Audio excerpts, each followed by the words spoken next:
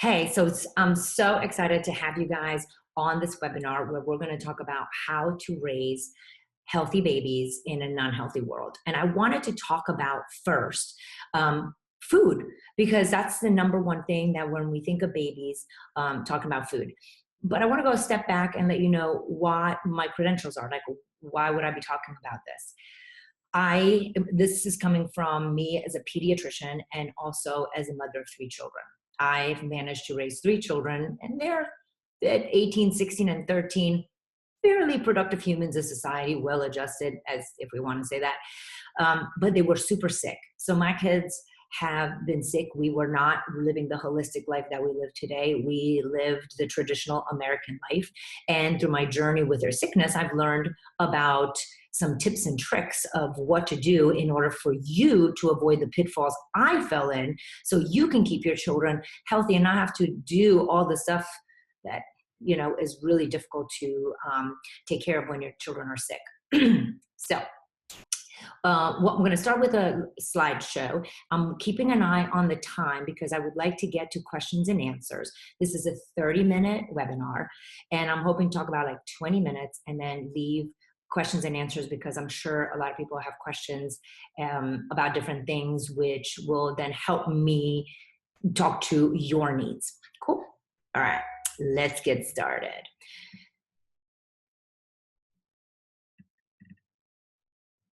Sweet. Okay, except for when it was doing this. It was really working well. Let's do it. Oh my gosh. No, I don't want to share this. Sorry, guys. Wrong button. Okay. And that's also not where we're starting. It's not that it's that kind of day, team. That kind of day. One more time. All right. So first, I wanted to talk about, obviously, nursing is best. Nursing our babies is super important. Breast milk is far superior to any formula that is out there. Before we get to formula, I want to talk about the water that we drink, even as pregnancy and while we're breastfeeding.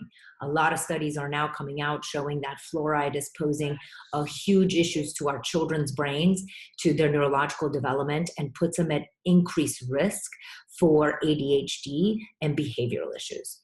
So here I have the Berkey water filter, because buying spring water is expensive, and spring water comes in plastic bottles. So now then we have to deal with the plastic part of the whole thing. So the Berkey water filter is one that you can have on your counter, and you can fill it up and it filters out the fluoride from your water. You can certainly do filters in your house. Remember that only reverse osmosis will take the fluoride out of your water. That does waste about 5 gallons to 10 gallons of water every time it's going through, and you have to add minerals back in. Up to you. Anyway, for my mamas, we are nursing, so we talk about pregnancy, be fluoride free. During nursing, be fluoride free. If you have to give your children formula, because sometimes breastfeeding is not enough, okay? We can only ask of our bodies so much. Do the best that you can. Life's hard.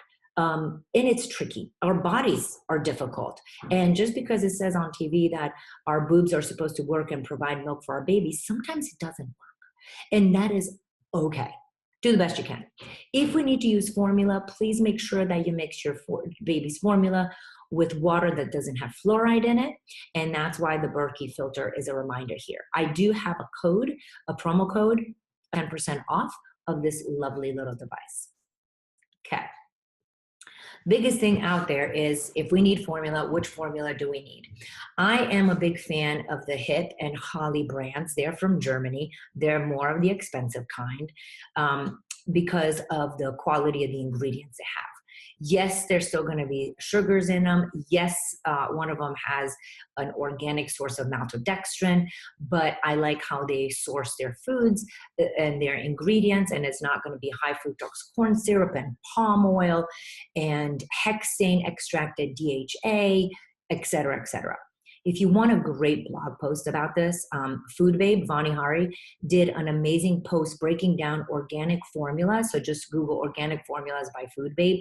Great article, and it outlines all the different ingredients that you should be aware of. For this talk, I thought we could refer to the blog and talk about the ones that I recommend based on her blog post. So these are the two brands. Now, a question always comes up. Do you use whole milk? Do you the milk-based formulas? Do you use goat, soy, or the broken down stuff? Generally speaking, I usually go by mom's preference. If the child has not had any issues, the mom has not had antibiotics with a C-section, antibiotics at birth, family history is pretty good, there's no strong family history of eczema, asthma, recurrent ear infections, things like that, going to a cow milk-based formula is generally fine. I do have a lot of children that have adverse reactions to them, but I have also a lot of children here that do fine with it. You can certainly do the goat milk. I'll tell you that I have kids that are on the goat milk and ended up having the same kind of issues as kids that are on cow milk. It is pick one, talk to your pediatrician, discuss which one is best for you, stick with it, keep going, and don't change it unless there are problems. But I don't automatically put kids on fully broken down formulas unless, as I said, that we have a strong family history of stuff that we need to be wary of because each child is different. Soy, if we lived in Asia, I would go no problem on the soy. I'm just wary of American soy. It has to be non-GMO, it has to be organic. I'm not specifically concerned about estrogen and boys getting boobs if they're doing a soy formula or soy attacking your thyroid, because we've shown in Asian countries where they consume a lot of non-GMO soy that is very protective to the health. So in this country, I'm still a little wary, and I really need to know the source of the soy before I'll recommend a soy formula. If you're in this, obviously you're in the States, but if this is too expensive and you need something right away, my backup is baby only organics. It does says toddler made formula, but I do recommend it for infants, especially the ones that is a combination between breastfeeding and formula. So that is a local one that you can get here. All right, when to introduce baby food. That is always an interesting topic. So the baby should be interested in food when you eat. Grab at the fork and spoon. That is showing you that there's interest and we're not forcing anything upon them that they're not ready to accept. Good head control. So keeping the head really floppy on your chest is not going to be conducive to a good airway and good esophagus for good eating habits. So we need to be able to have good head control, looking from side to side, and there's space between the chin and the chest. And we're able to sit in a reclined position without wobbling. They don't have to be fully sitting up, but they can be reclined a little bit. The American Academy of Pediatrics recommends that babies are exclusively breastfed until 6 months of age and then solid foods to be introduced. In my previous life, when we stuck by that guideline and the babies had nothing until 6 months of age, I noticed a lot of food pickiness and food refusal because the oral motor fixation stage is between 4 months and 6 months. So what does that mean? So I've come up with an in-between approach that is approved by the allergist, by the AP, etc. What it is when the baby is interested in food, they have good head control and they're sitting in a chair without wobbling, is to do a couple of spoons of some food. Just the reason that we wait till 6 months is because we want them to get all their calories and nutrition from breast milk. What we're doing between 4 and 6 months, I say 5 months is really the ideal if you made me say an age, is to help them, introduce them to a different smells, textures, and foods in their mouth. And it's 2 baby spoons a day. That is not going to replace caloric intake, but that will help them start exploring. It will help us use the oral motor stage and help them explore food before 6 months when they've already have developed some patterns that may not be necessarily beneficial. And I usually say start with the vegetables. Let's say you take an avocado, you smush it with a fork, you put it on a spoon, as I said, one little baby spoon that they get to play with it, just even a taste, so they can put the spoon in their mouth, feel the texture of the spoon, smell the food, feel it. A lot of times you'll just spit it out at you, and that's great. This is learning about food. This is not nutrition. This is just a learning step. Just like you teach them to put them on their belly so they can crawl, just like we help them sit up so they can work on their truncal stability and all that stuff, is putting a little bit of food in their mouth. And I usually say start with an avocado because most people have an avocado at home. Then after that, you go to a couple of bananas for a couple of days. Then you go to sweet potato, and then just alternating fruits and vegetables. Never, ever cereal or oatmeal, which we're going to get to that in a second.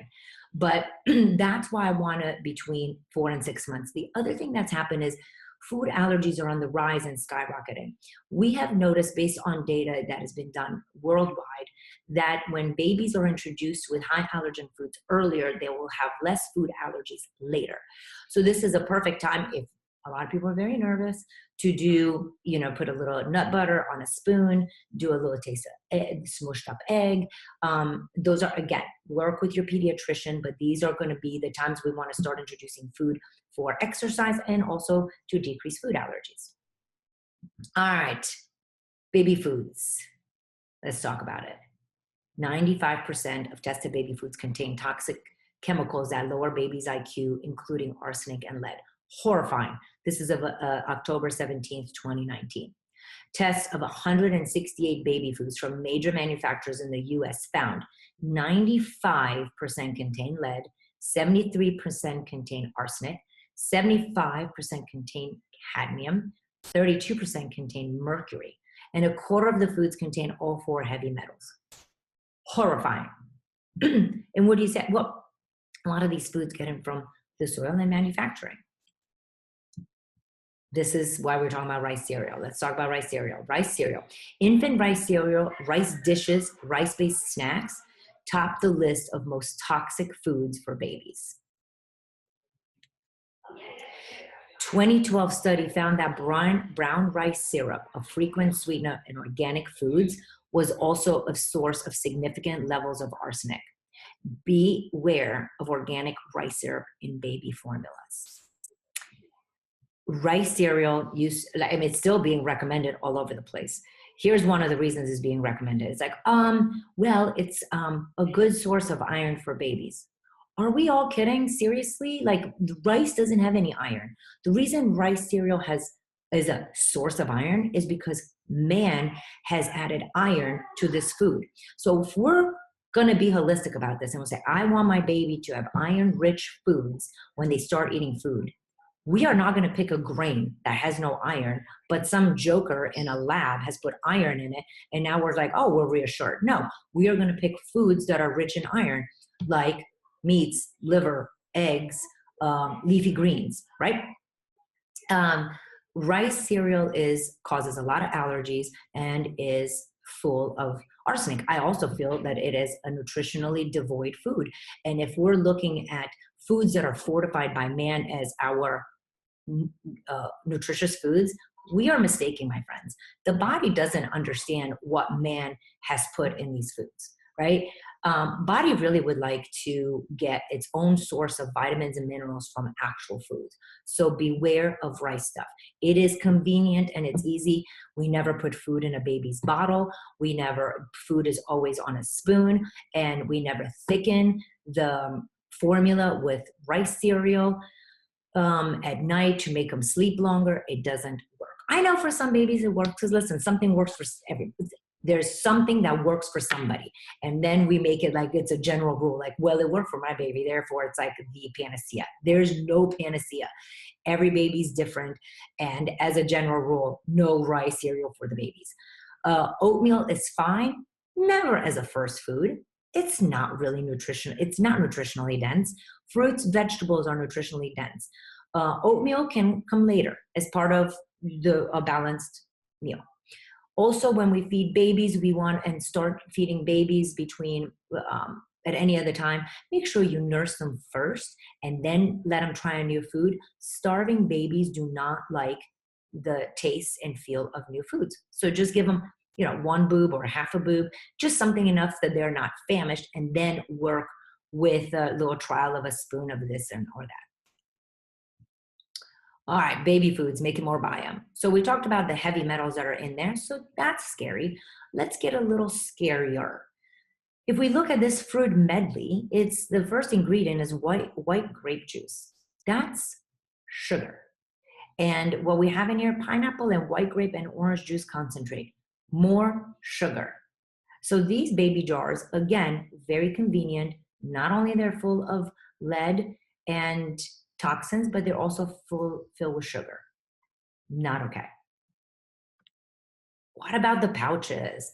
Man, I used to love the pouches. It was so easy. And I'm like, oh, kids are getting fruits and vegetables.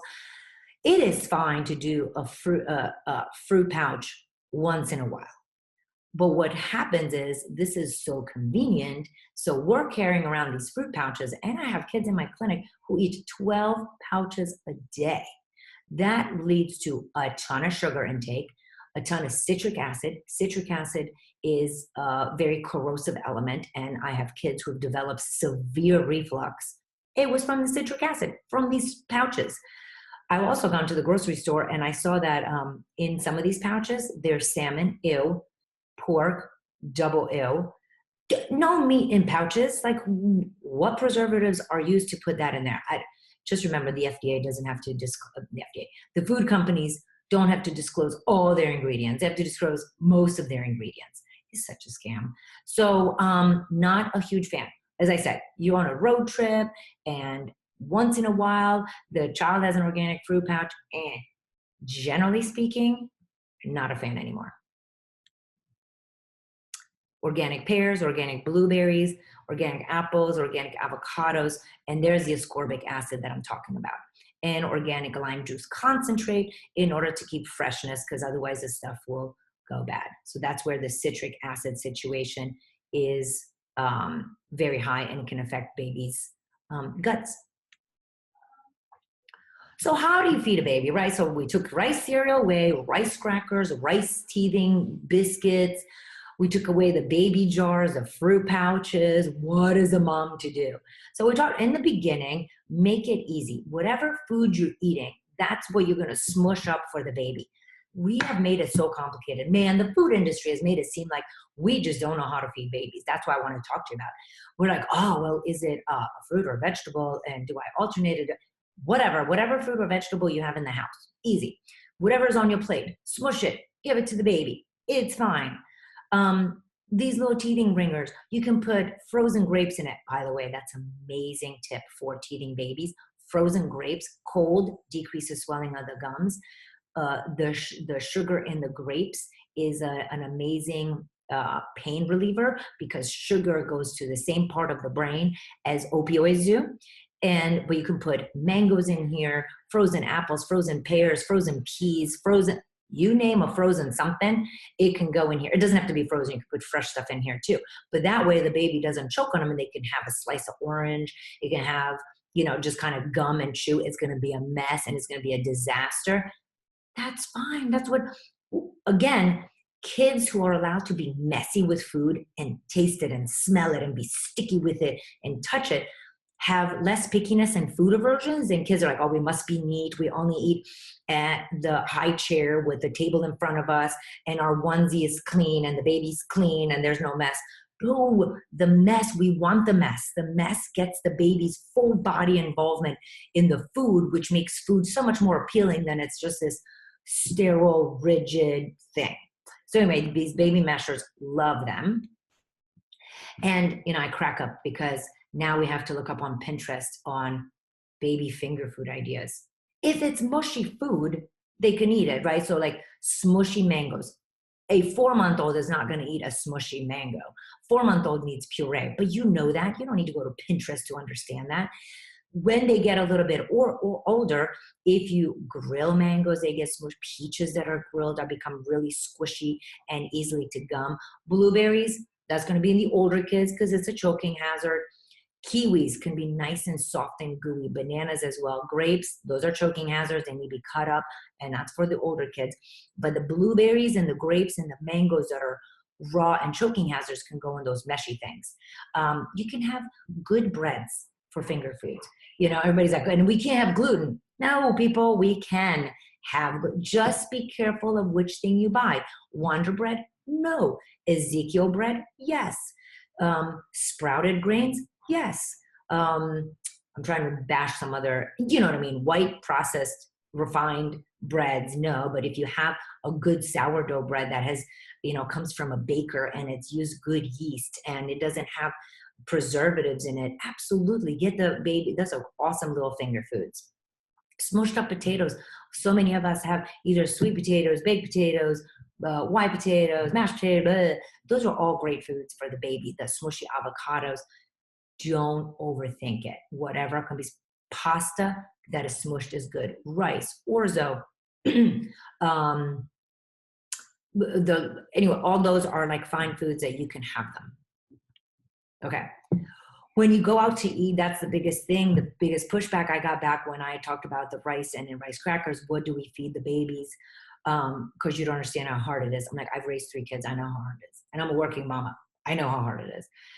But again, we've made it so difficult. Oh, when we go to the restaurant, we gotta take their jar of food so they could eat. They can eat from your plate. Order soup. They can eat soup. If you're having mashed potatoes and broccoli, smush it with your fork. Boom, that's baby food. If you have chicken and the babies are older and they can gum it, you can shred chicken really finely and they could actually eat it. So like for the 9-month-olds, I would say, you go into a breakfast place, you can shred your pancake, you can shred waffle, they can have the scrambled eggs, they can have a little bit of hash browns, then they could eat the food that you're eating. Make sure that you're eating good food so they eat good food, because I don't want them at Chick-fil-A having French fries. That's not where we're going with here. We're talking about you're eating good food because you're nursing them and it's good for mamas to eat good food. Well, the baby will eat good food. So when you're going, instead of panicking on going out to eat and what are you going to bring with you, just think about what you're going to order that is going to be have baby friendly stuff with it so you can smush it up and eat it, and boom, voila. Now we don't have to worry about what to bring. The other issue where snacking and, you know, taking away teething biscuits and jar and pouches becomes an issue, and let's see if that any of you agree with this, is that we feel that we need to have food with us at all times. And why is that? Because kids are annoying. I'm sorry, but they are. Mine are very annoying. But kids are annoying. They whine, they cry, and we're so accustomed to quiet, and we want to portray the amazing mom we are, that our kids don't cry and scream. So we have food with us, and we give them food, well, to shut them up. It's not because they're hungry, because they're annoying. Because when you go to Target and you pass by the conveniently placed teeny tiny box of goldfish, as you enter the store, of course they're going to scream and want goldfish. So now you're like, great, now I got to deal with screaming child, go through Target, or they can have a snack. And this pattern starts repeating itself. Like, well, I know I'm going to get goldfish at Target, so instead I'll bring a fruit pouch because it's healthier than the goldfish. And then I walk through Target and they're eating on a fruit pouch, which is quiet, and I can get my shopping done. And this pattern, what happens is, pay attention. You get in the car, they get a snack. They go to the YMCA, they get a snack. You go to Target, they have a snack. And all of a sudden, they're eating all day long. And so, of course, you're stressed because what foods can you bring easily? Because we've taught them to eat whenever they want to. I have babies that nurse at 15 months all the time. No. When the babies are born, when they're infants, for 0 to 4 months, I say, eat on demand. No discussion, we're not changing that. You start moving towards 4, 5, 6 months, we need routines. Children thrive on routines. Routines are difficult. Children whine about it. We parents don't care because they live by our rules. We don't live by their rules. So it is really important that we start putting kids on routines and feeding schedules starting about 6 months. You nurse in the morning, then you have breakfast, then you have a nursing snack, then you do lunch, you nurse before nap, and then you have dinner and you nurse before bed, something like that. Boom. But that you don't nurse before and you don't eat in between those times. Because what happens is you have kids that have no idea when they're supposed to eat and when they're not supposed to eat, and they torture you and me with snacks, and then you lose your mind, and then you reach for the processed stuff because it's so much easier, rather than like, no, these are the times we eat and I have food prepared for those times. The end. I promise you, part of the eating issue is not having routines. 15-month-olds should not be nursing whenever they want to, because then you're gonna be frustrated when a 3-year-old wants to eat all the time. You go to the doctor's office, snack. You go to the bathroom, snack. The sun is out, snack. You know what I'm saying? You know what I'm saying. So I hope that's helpful. Okay, cool. So I wanted to take some questions from you guys. If you guys have any questions, let me stop sharing. The question was, which formulas do I recommend? It is going to be the HIP, Holly, and baby only organics are the 3 that I will use. If you're in a pinch, here's the thing. If you're in a pinch and let's say it's 2 o'clock in the morning, your milk is not in or not working that night, and you have to run to the store and you get an organic formula, whatever, it doesn't matter. You get a formula that doesn't have corn syrup in it and you feed your baby, it's no big deal. We're going to move on. Like, we're just going to detox. We're going to survive. We are surrounded by toxins, and sometimes we need to just make it to the next day, and then we'll detox the next day. So do not panic. If you have the time and luxury to order the fancy formulas, great. I do think they're superior, but I'll have that. Okay. Ooh, hold on a second. I have water. Excellent. Thank you. Water for babies. When can we give babies water? Starting at 6 months, I recommend that when they're sitting at their high chair, on their tray, there should be a cup of water. It's a sippy cup, not a bottle. They're going to look at the cup of water. They're going to chuck it at your head, and that's fine. That's learning. This is a new thing on my tray, and what do I do with this? And we're learning how to do it. I do say that if they're not drinking any water out there, their sippy cup, you can do it in the bottle, a couple ounces a day, because as we begin solid food, the digestive system really enjoys some water. Okay, hold on, wait, let me go on the question here. Okay, okay, thoughts about baby-led weaning versus purees. Okay. Baby-led weaning, wait, let me close that. Baby-led weaning, it's funny because now we have to give like names to food so we know how to feed our babies, because, just saying like, hey, let the babies eat. Purees in the beginning, so I usually say as I said, I like the puree so we can learn taste, texture, smell in the oral motor stage. And then after that, putting food on the tray and letting them eat it, that's fine. And you're going to put them, after 6 months, you're going to start with once a day, then you're going to move to twice a day. By 9 months, they should be eating 3 times a day. It is totally fine to let babies grab food, smush it, put it in their eye, up their nose. That I love babies touching food and playing with food. I don't think we play with food enough. In between that, if you're like, well, they're not getting enough nutrition because the avocado is always going in their ear, well, then you can smush some from their tray and use a utensil to feed them. Don't make it like it's only this or it's only that. Do what works for you. I hope that helps. All right, hold on. I have, wait, on the Q&A here. Newborn gas. Good question. For newborn gas, I like gripe water. And then if it continues to be an issue, we got to look at the bowel patterns. And I will recommend slippery elm root powder, which is an amazing baby gut healing situation. We have it on full script for my office. You can call our office and get it from here. It has been a game changer for gassy babies and constipated babies, refluxy babies. And then so gripe water and slippery elm root powder. All right, let's see. I'm doing baby-led weaning with my 6-month-old. I gave him kiwi wedges this morning, but also it's stuck, women. But all it does is stick to them, which scares me that he's going to stick the entire wedge in his mouth and choke. He throws up every time he eats, more like he plays in gums. Is that normal? That's so funny. I love that. So basically, eating the kiwi, it's getting sticky. That's the whole point. We want him to play with it, get sticky, get dirty.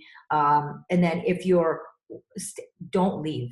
If you're going to give him a kiwi and someday you're worried about it, if he's sitting there and gagging on you so that he vomits, you can sweep it out. I would probably take away the central core of the kiwi because that's a little harder. The outside stuff, you know, the green stuff with the little seeds is not a choking hazard, but maybe the core. So I just leave the outside part. And babies will gag themselves with their hands, like something they'll like shove six fists. They'll shove 2 fists in their mouth and they vomit and make themselves vomit. It's fine. You can't stop them. You know, my kids had to do it, I don't know, 1,000 times. My husband's like, when are they going to learn? Like, is this reflection of how they're going to do on their SAT scores because they can't figure out that every time they shove their hand in their mouth, they vomit? You got to learn it. Let them do it. It's okay. All right. Let's see here.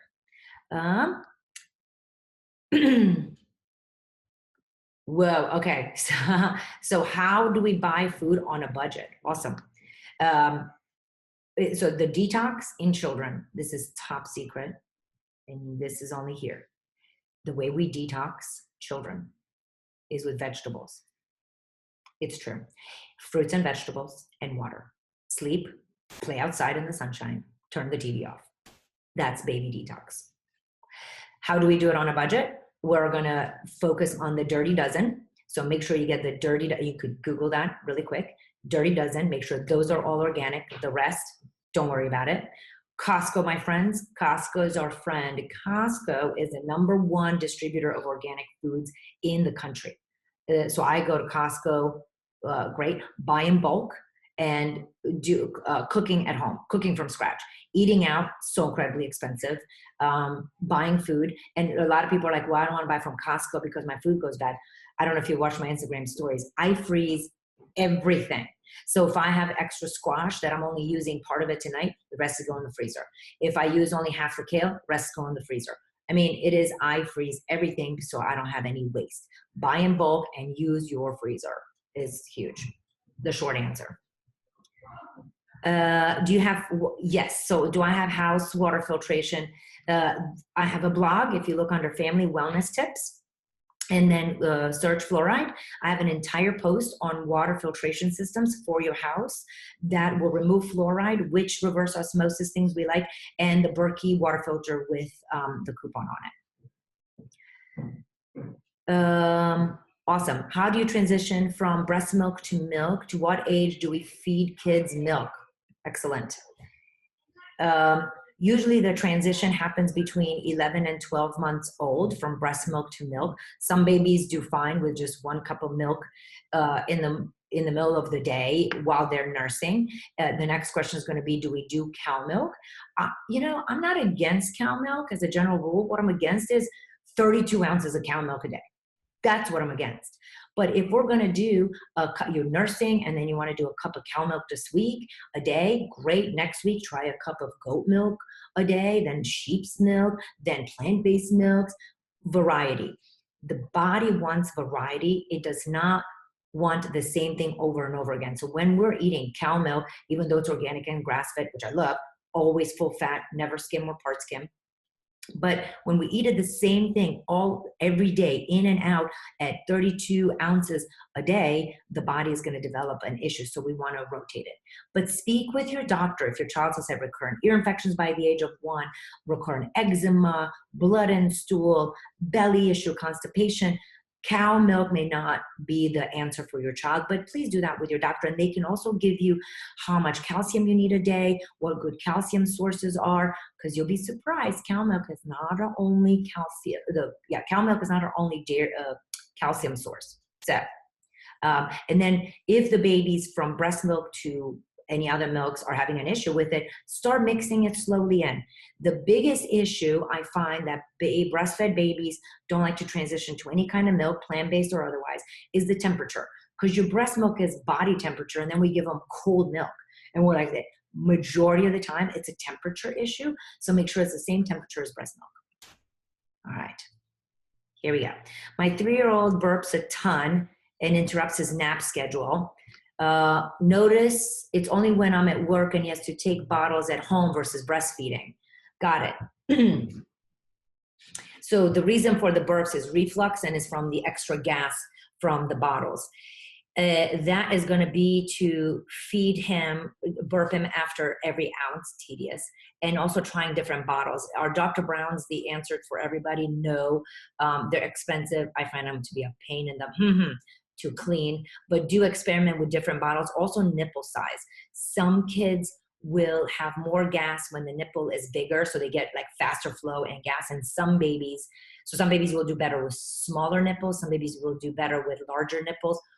Dude, I wish I could tell you like who's one rule. I would try smaller nipples, larger nipples, and I would try a couple of different other bottles and burping after every bottle. Yeah, 3-month-old. Got it. I hope the 3-year-old is not on a bottle. Once babies are weaned, you need to continue to provide dairy milk, stick with water. I think I answered that already. Yes, I love water. Just make sure you speak with your physician for how much calcium, and to make sure that the nutrient requirements are met. Got that one. And I think I talked about the burping. My city's removed fluoride from the water since 2011. Awesome. I've been boiling water for my baby's formula for the past 9 months. If they removed fluoride from the water, boiling the water for city water, it's not going to remove chlorine, and it's not going to remove other toxins and bacteria. There's not a lot of bacteria from the water. So I would not worry about boiling it. But my folks that are on well water, boil it, because that one may carry more bacteria than city water. So yay on the fluoride. That's awesome. All right, going to the chat. I have room for a couple more questions. Let's see here. When can I build my baby water? We talked about that. So the house filtration systems, again, back to the blog post that I was talking about, family wellness tips, search fluoride. House filtration systems remove some fluoride, not all fluoride. To get all your fluoride removed, we have to do reverse osmosis. So check out the blog post, because I actually post which brands I like. And then we have one, can we leave milk out to get to room temperature? Got it. All right. So breast milk. So one of the things I see is mamas throwing away breast milk. Oh my God. Never throw away breast milk. It needs to be under dire circumstances. Here's the thing. At the hospital, they're like, oh, if the breast milk sits on the counter for more than like 30 minutes, throw it out. No way. It's fine on the counter for up to a couple hours. I have never had a baby come in because they've developed an intestinal issue from breast milk that was on the counter for longer than 2 or 3 hours. Same thing goes with almond milk, cow milk, or other milks. A couple hours sitting on the counter is no big thing. I've seen a lot of people have a lot of issues from chemicals in food, but not from milk sitting on the counter. All right, 3 more questions, and then we got to wrap it up because I have a patient. Is it possible for pouches to cause loose stool? My 2.5-year-old daughter struggles with this, and we're working with our doctor on elimination diet based on results from sensitivity testing, but she's still having pouches with approved ingredients as snacks. Get rid of the pouches ASAP. They cause so many issues, from diarrhea, reflux, eczema, constipation, irritability. Get rid of the pouches. Yes, sorry. Even if they have approved ingredients, yes.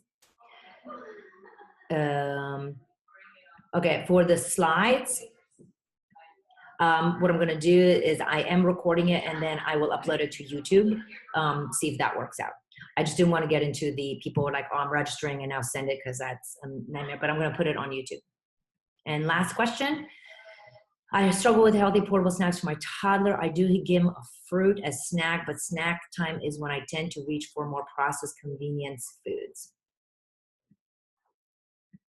Right, and we all do that because we, in our head, are like, okay, well, it's snack time, therefore we picture the processed snacks. So mindset is first, is going, well, when we do snack time, he can have a nut butter sandwich, that's snack. He can have leftovers, that's snack, a scrambled egg.